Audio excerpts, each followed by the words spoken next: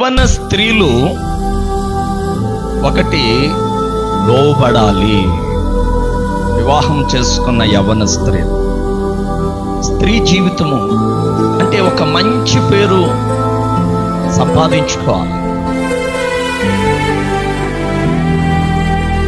మనం మంచి వారంగా ముద్రపడాలి. నువ్వు ఏ ఇంటికి వెళ్ళినా, ఒక కోడలుగా ఏ ఇంటికి వెళ్ళినా, ఒక తల్లిగా ఏ ఇంట్లో ఉన్నా, ఒక అత్తగా ఉన్నా, ఒక చెల్లిగా ఉన్నా, స్త్రీతో మాట్లాడుతున్నాడు దేవుడు. ఒక స్త్రీ ఎలా ఉండాలి అని అంటే, ఫస్ట్ ఆఫ్ ఆల్ మొట్టమొదట లోబడాలి. మన భర్తకు లోబడాలి, కుమారులకు లోబడాలి, అక్కడ ఉన్న వారికి లోబడాలి అనేది మన జీవితంలో ఉండాలంటే ఫస్ట్ ఆఫ్ ఆల్ మొట్టమొదట ఆయన అంటున్నాడు లోబడాలి. హల్లెలూయా. లోబడాలి. లోబడటం అనేది తగ్గింపు, విధేయత అనేటువంటిది నీ మంచితనానికి మొదటి మెట్టండి. నీ అహంకారము, నువ్వు అక్కడ ఉన్నట్టే ఎక్కడ ఉంటాను, అలా మాట్లాడినట్టే ఇలా మాట్లాడతాను, అక్కడ ప్రవర్తించినట్టే ఎక్కడ ప్రవర్తిస్తాను. మా ఇంటికాడ నేను దేనికి తగ్గును, మా ఇంటికాడ నాదే పై చేయి, మా ఇంటికాడ నేను చెప్పిందే అందరూ వింటారు, మా ఇంటికాడ నేను ఎప్పుడు లేవాలనుకుంటే అప్పుడే లేస్తాను, మా ఇంటికాడ నేను ఏది తినాలనుకుంటే అదే తింటాను, మా ఇంటికాడ నేను ఎలా ఉండాలనుకుంటే అలాగే ఉంటాను. ఒక్కటి చాలు నీలో ఉన్నటువంటి చెడును బయటపెట్టడానికి. ఇక్కడ వాక్యంలో రూతు అలా లేదు. అత్తగారితో వచ్చింది, లోబడింది. అత్త, ఈరోజు చాలా మంది కోడలు ఎట్టున్నా తెలుసా, ముసల్దారు అయ్యో గాని నేను చెప్పింది నా అందరినీ అన్నాం. అందరినంటే మళ్ళీ బాగోదు, గొడవ పడతారు. కొంతమంది జీవితాలు భర్తల్ని వాళ్ళ చేతుల్లో పెట్టుకుంటారు,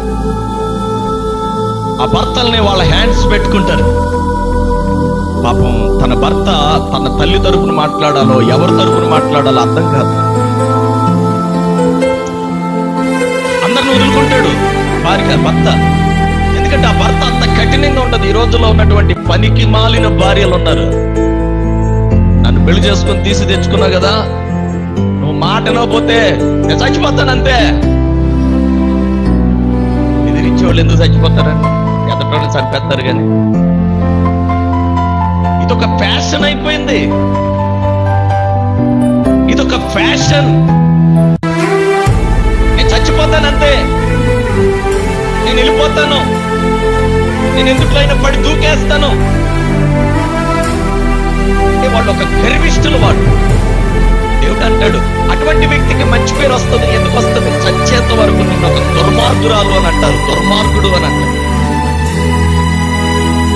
నీకు ఒక మంచి పేరు రావాలి అని అంటే బెదిరించటమో, తొందరపడటమో, గొడవ చేయటమో, పై చేయిగా ఉండటమో, నేనే గొప్పగా ఉండాలని కోరుకోవటమో కాదు. లోబడటం అలవాటు చేసుకో. లోబడటం అలవాటు చేసుకో. ఎప్పుడైతే నువ్వు లోబడతావో, ఎప్పుడైతే నువ్వు విధేయత చూపిస్తావో, ఎప్పుడైతే నువ్వు తగ్గించుకుంటావో, బైబిల్ అంటుంది తనను తాను తగ్గించుకున్నవాడు హెచ్చించబడతాడు. హల్లెలూయా. నిజమండి. చాలా మంది అత్తలు ఎంత సఫర్ అవుతున్నారు తెలుసా, మామగారులు ఎంత సఫర్ అవుతున్నారు తెలుసా, కుటుంబాలు ఎంత సఫర్ అవుతున్నారు తెలుసా. ఏడుస్తున్నారు. అమ్మగారు వాళ్ళ అమ్మగారింటికి స్పీడ్ బ్రేకర్ లేని రోడ్లో వెళ్ళినట్టు వెళ్తారని, కానీ వాళ్ళ ఆయన్ని వాళ్ళ అమ్మగారింటికి పంపించాలంటే ఆ ఇంటికి వెళ్ళి లోపు ఎన్ని స్పీడ్ బ్రేకర్లు వేస్తుందో ఈమె. అడుగడుగునా స్పీడ్ బ్రేకర్లే. ఏం చేయాలి? విలువగా బ్రతకాలి, గుట్టు బయటెట్టుకోకూడదు. ఈ రోజుల్లో కొంతమంది స్త్రీలు గుట్టు కోసం ఆలోచించట్లా, పట్టు కోసమే ఆలోచిస్తున్నారు. హల్లెలూయా. గుట్టు కోసం కాదండి. దేనికోసం? పట్టు. నాకు ఇంటి మీద, ఇక్కడున్న వాళ్ళందరి మీద పట్టు ఉండాలి. కొంతమంది భర్తలు గుట్టుగా బతుకుతున్నారు.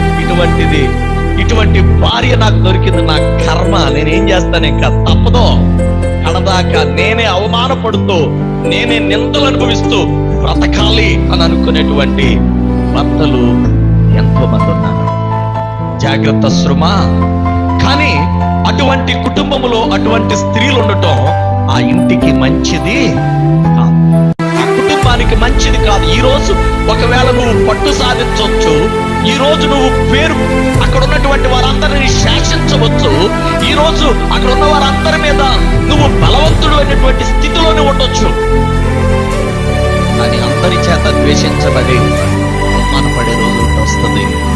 ఆ రోజు ఆ పరిస్థితిని సరి చేసుకోవాలన్నా సరికాదండి.